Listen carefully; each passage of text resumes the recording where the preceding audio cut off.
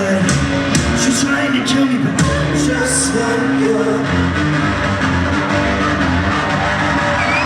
Hi everybody, I'm Celia, and I'm with Amplified Chicago today, and we are interviewing with the Happy Fits. I'm Ross, I play guitar. I'm Calvin, I play cello. And I'm Luke, and I play drums. And we all sing. And we all sing, yes. That too.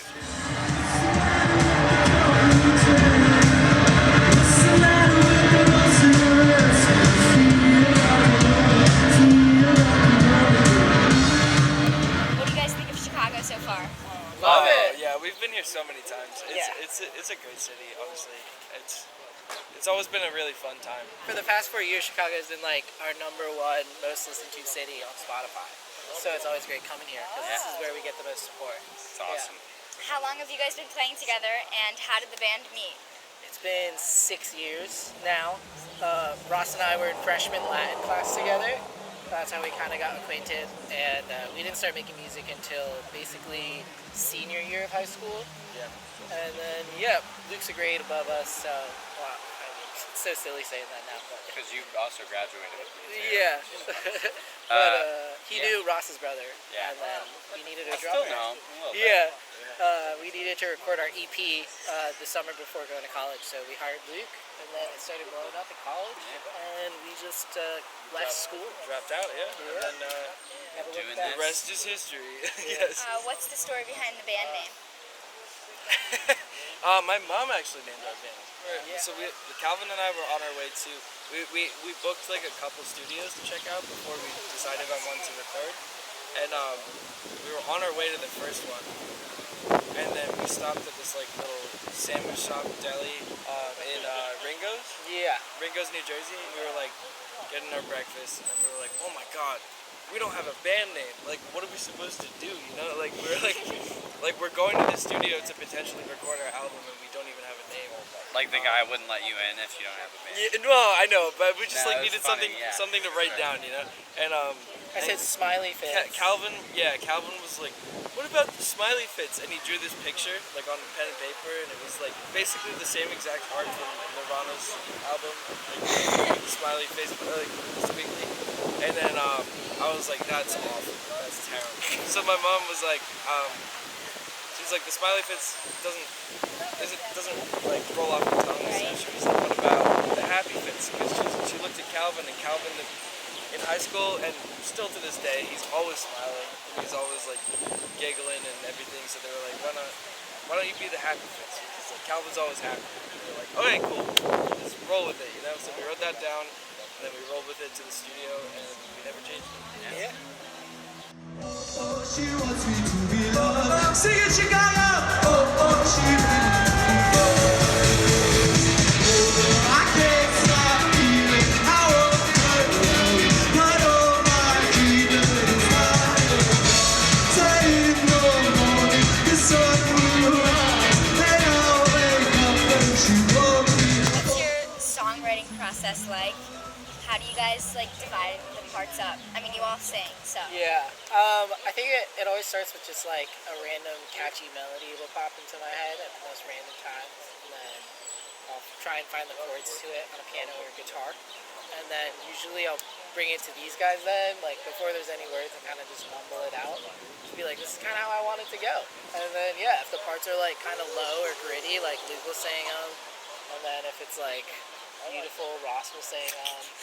And then I'll take all the the mediocre stuff. No, more of like the difficult stuff. we If it's really high, then We I'll go take the high through each stuff. song, and we kind of all sing each part and determine what best suits the singer's voice, you know. So it's like, Timbre, yeah.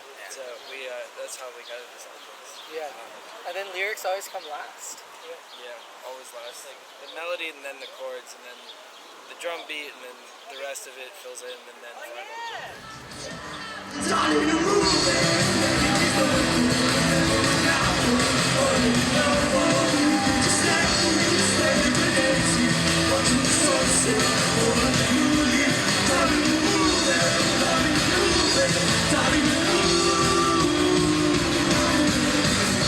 So the Happy Fits have a new album coming out in August.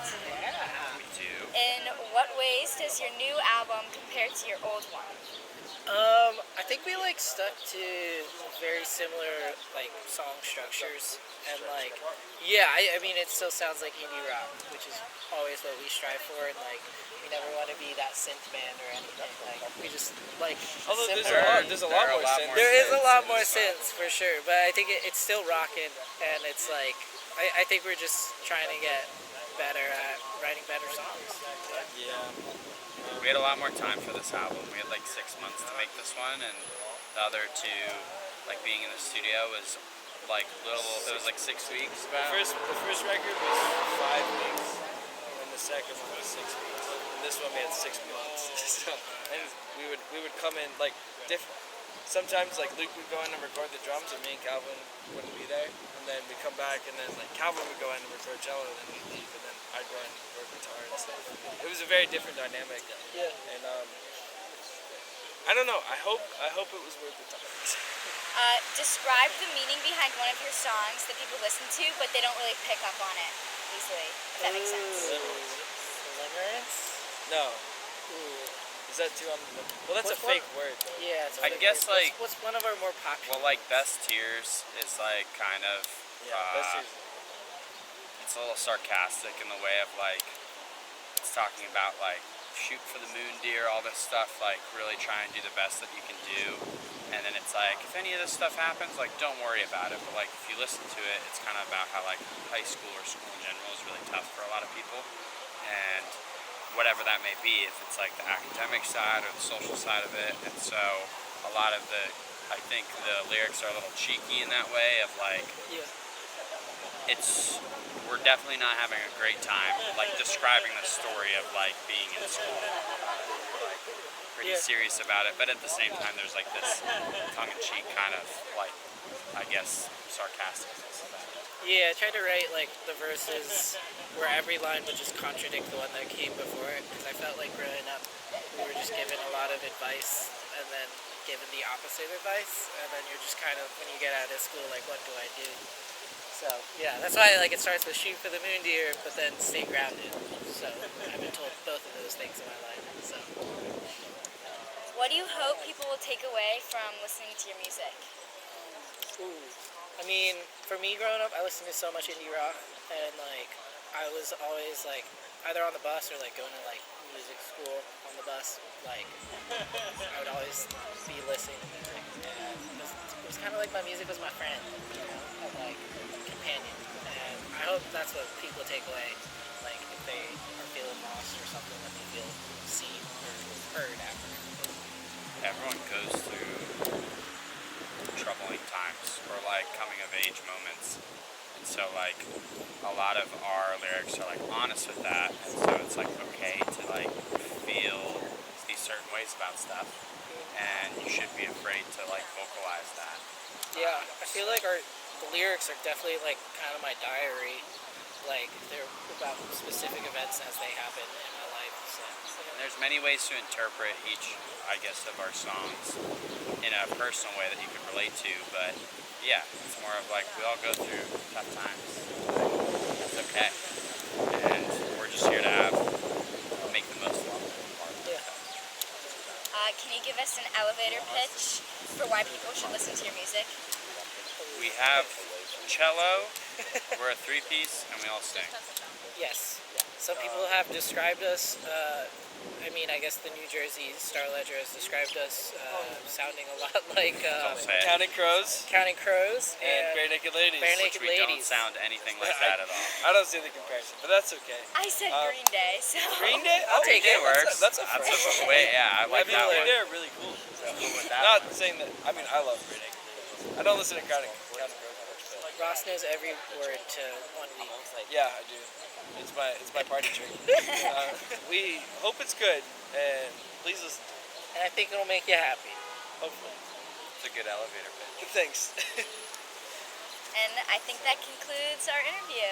Yeah. Also, thank you. Yeah. Thanks, Amplify. Yeah, thanks so much Thank for you having guys us. for sitting on the floor at a park with us. Yeah. Yeah. I love the shade right now. It's One like with 90 nature. degrees outside.